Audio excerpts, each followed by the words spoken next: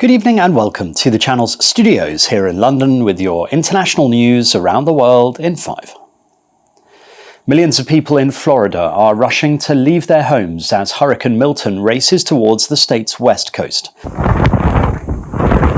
Milton, a Category 4 storm, is expected to hit the Tampa area tonight, packing ferocious winds of up to 165 miles per hour. This is the 11th hour, officials have said, urging people in evacuation zones on Florida's west coast. This could be the worst storm hit Florida in over a century. US President Joe Biden warned that leaving was a matter of life and death as the state undertakes its largest evacuation effort in years.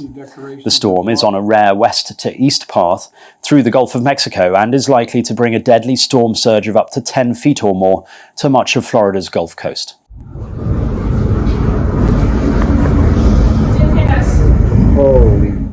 It comes less than 2 weeks after Hurricane Helene hit the Gulf Coast as a Category 4 storm, killing at least 225 people across Florida, Georgia, South Carolina and North Carolina. Please listen to evacuation orders. Please listen to your local officials, because I know a lot of folks out there have survived these hurricanes before. This one is going to be very, very serious. And I urge you to please just grab whatever you need. Listen to the orders you're getting from your local officials. They know what they're telling you, and they know what Milton is about to be. Emergency services say 2 people have been killed by rocket fire in northern Israel.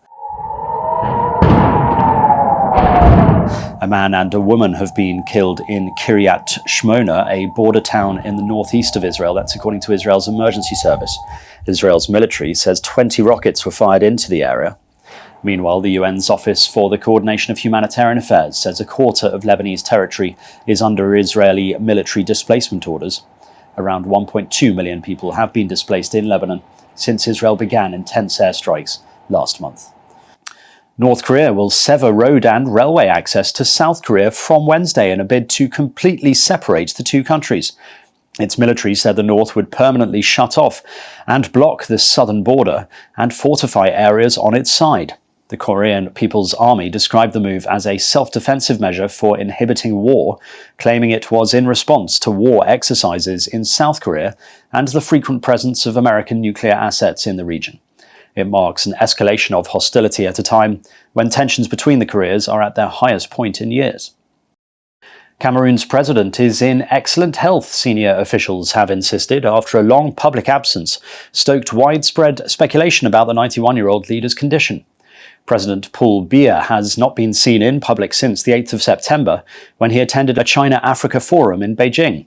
He has since missed events he was scheduled to be at, such as the United Nations General Assembly in New York. But in a statement, the head of Cameroon's civil cabinet said Biya was well and condemned the mischievous individuals speculating about the president's health. The statement came after days of opposition parties and civil society groups calling for information on Biya's health and exact whereabouts. A Nepalese teenager has broken the world record for the youngest mountaineer to summit Earth's 14 highest peaks. Nima Rinji Sherpa stood atop Tibet's Mount Shishapangma at about 6:05 a.m. local time on Wednesday. In doing so, the 18-year-old became the latest of just a few dozen people to have scaled all of the world's 8,000ers, the 14 mountains that the International Mountaineering and Climbing Federation recognizes as more than 8,000 meters above sea level. Sherpa, who started climbing high-altitude mountains at the age of 16, summited all 8,000ers in 740 days.